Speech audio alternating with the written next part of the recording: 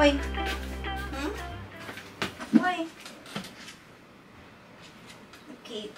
Whoa. Okay. Mom's gonna order. You wanna stay here? Wanna stay here?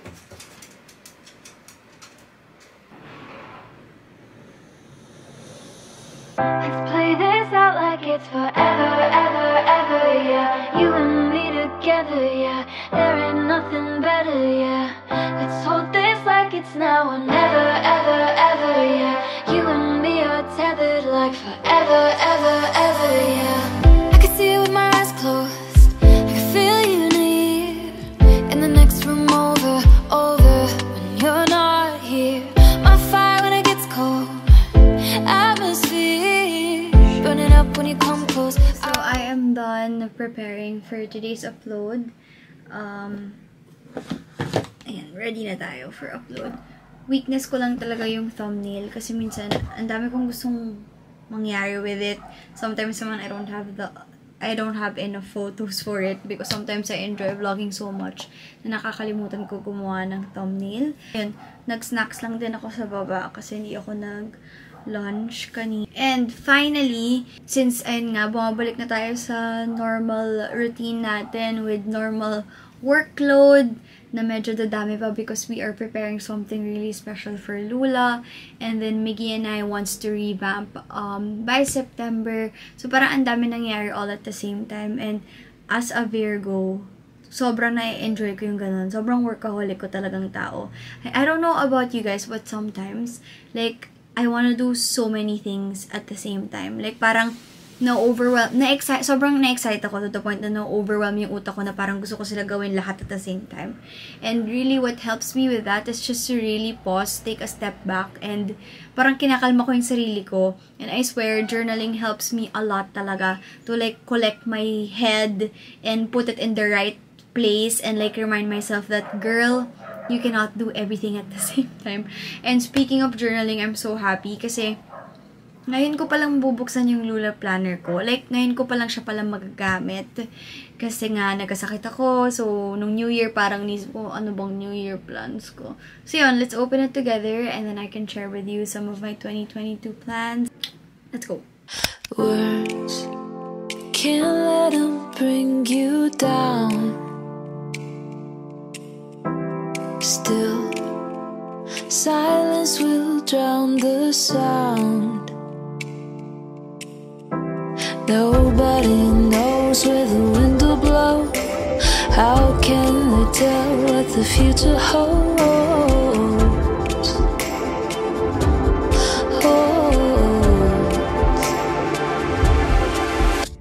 Get out of your head. Regrets. Don't say it won't get. Push the pedal and lay back. Take a breath and stay on track.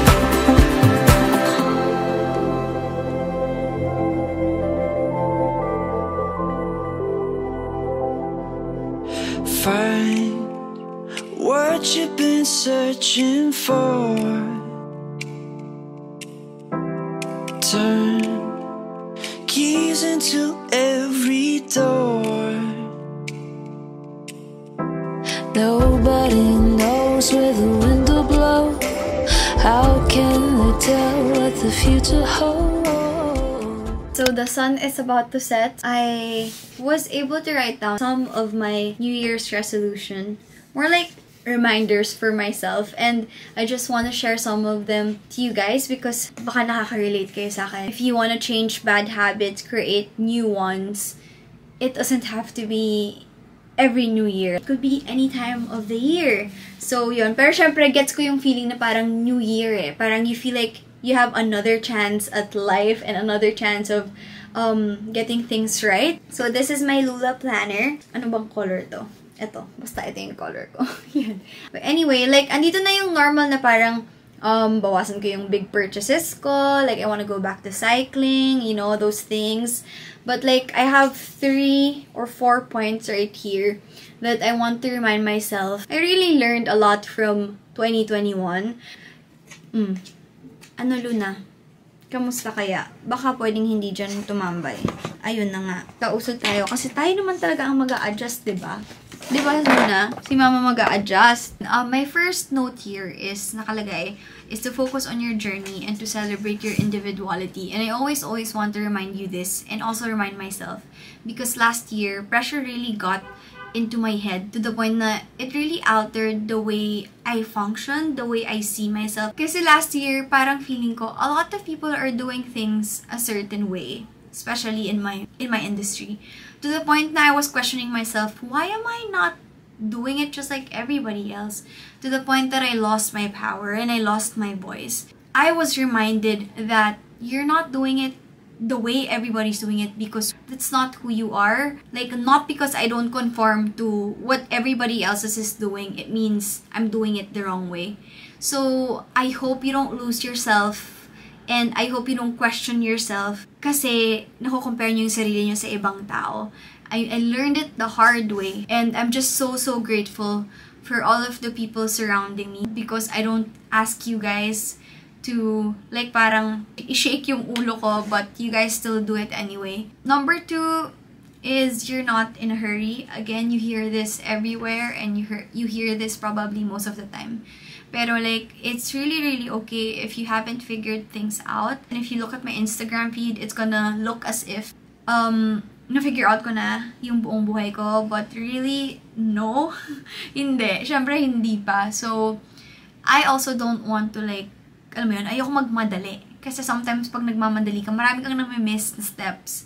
Namimiss mo yung little moments. Si Miggy talaga yung nagpaintindi nito sa akin because last year, sobrang obsessed ako with work na parang hindi na ako nakapag-spend ng time sa bahay. The little things that I used to enjoy doing with Miggy, parang hindi na namin nagagawa. So yun, don't be in a rush, don't be in a hurry, and it's okay if you haven't figured things out.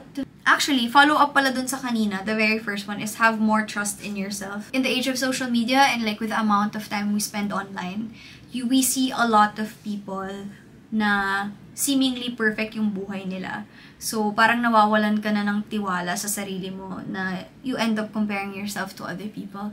And ako, as much as I can, I try to bring you even to like my slow days, my sad days, because life isn't always unicorns, butterflies, and rainbows. Last is to be easy on yourself, kind of connected dun sa you're not in a hurry, and also to be able to forgive yourselves with your past mistakes because naisip ko like we allow other people to take advantage of us and sometimes we can't let go of people even if we know na they have done something bad to us. So if we are giving all of these chances to other people, why can't we give it to ourselves, diba? So yun, those are like my reminders for myself coming into 2022. And of course, mahaba pa yung listahan ko. Ay, may mga health din dyan, of course. May mga don't overwork. Sunday is rest day. Tomorrow is a Sunday, pero mayroon kaming urgent meeting for Lula. So, baka, next week na lang natin gawin yung Sunday is rest day. I bought some organizers kasi nag-Alex drawer na ako here as you can see kasi wala akong masyadong storage dito. Tapos I also ordered mom drawer from IKEA. So ito na siya, yung mga organizer. Para pag binuksan yung drawer, hindi siya aalog-alog. Para naka separate na sila. So, ayan.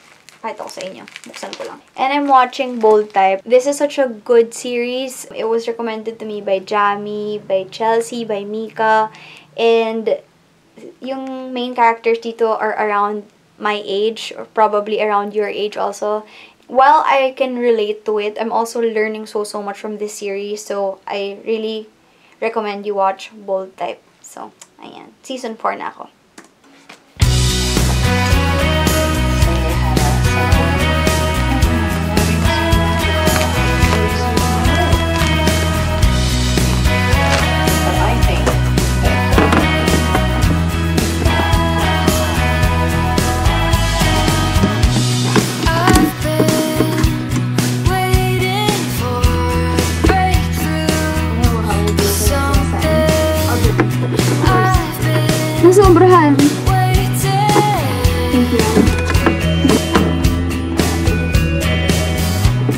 yung itsura niya. Ito yung isang pack. You get 4 of these.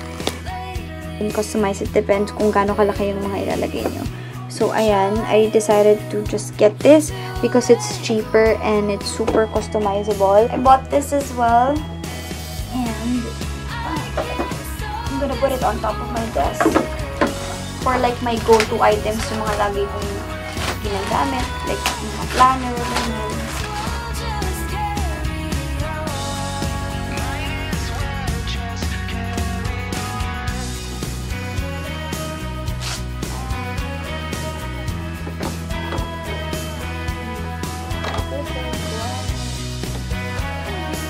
These ones are container. Open natin. Ito naman yung para dun sa mom drawer ko. I also bought these acrylic organizers para sa mga drawer. So, what I did is, o, diba? Akala mo naman, mineasure ko sila. Nasa Shopee naman yung size nito. So, measure nyo din yung drawer nyo para alam nyo kung paano sila i-fit sa loob. May mga binili pa akong mga jewelry organizer pero wala pa sila. I tried my very, very best. Sana mag-work.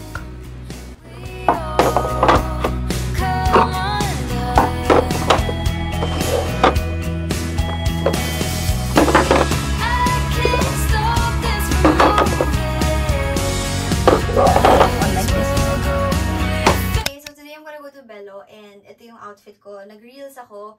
Yun lang yung konting struggle. Sometimes I have to pick if I want to put it on Instagram or YouTube. But here naman in YouTube, you see everything that I do. Or mostly everything that I do. So, ayan. I was scrolling through Pinterest last night and na-inspire ako. So, I'm feeling like Dior today. Using Dior stuff. So, like, ayan. Ginamit ko yung Dior ko na lounge set. I love this flare pants. As in, super duper nice talaga to. I think this is from Lazada or Shopee. Hindi ko sure. Lazada ata. Tapos, your sneakers. This is from Zara. Nabili ko to sa Thailand. Super, super love ko to. And mainit talaga siya. And lamigin ako, guys. And malamig sa clinic. So, gusto ko siya. And Lady Dior. So, yan. Pakita ko sa inyo yung laman ng bag ko. And then, we're gonna eat and go out. So, this is my bag. Lady Dior. Tapos, and this is my wallet. Yung Hermes Calvira that I super recommend. Kasi cards and cash. And sobrang like, ang bilis lang niya dalhin. And, nilagay ko pala dito ang aking Dior lipstick, my shades, Aesop alcohol, super bango. Diba, kala nyo, maliit ah. Hello, pang tawid gutom. High clouds drifting away, leaving no shadows under. First step out of the maze, follow the path and wander. And we go with no illusions. And we leave all our conclusions. Remember, hope instead. I'm looking for a low-rise pants kasi yun yung wala ako. And look, they're super on sale. So, let's see if we find something nice. This one is cute, but kailangan siya i-buttons. So, ang hassle umihi, friends. But it's cute. So, this is a maybe. So, this is how I shop. My yes pile, my maybe pile, and my no pile. And I'm gonna get this because I feel like yan na lang yung low-rise na nakasale. So, sayang naman. So, yan. We went on Wednesdays. We wear pink. And I've been looking for a shining, shimmering top. Yan. Yun lang. Ay, may isa pa pala dito. Ayan. Those are the things we're gonna buy. Toink! Sarado pala mga sis. Mali ako ng baso sa schedule ko. Wait. The best is up ahead. Oh, living with no regret. Oh, we don't have to look back. Steady, not in a rush. Letting the future unfold. Always anchored in trust. Finding the strength to be bold. Okay, so dahil sa aking kasyungahan kanina, ayun, so dahil syunga nga ako kanina, nagpa-hair na lang ako. Nagpa-haircut ako ng ang lapit sa kanan. Ako yung annoying na passenger kasi like, ayoko lang nagigit-git. Anyway, pina-haircut ko siya pero hindi halata kasi gusto ko pag yung plan ko na is to really grow it out long na. So gusto ko pag slowly humahaba siya, nice pa rin siya. And of course, si Sir Bench yung gumawa ng hair ko. And then nagpa-color na ako, wala na yung ating roots and wala na yung brassy orange tone ng hair ko. Buti na lang. What else pa? Ibang ginawa ko? Treatment. Yun lang naman. And then, she picked me up kasi we're gonna get some food. We're gonna buy some food. So, ayun. Say hi, bebe ko. Hi. I'm driving. Sorry. You were like... We go with no illusion.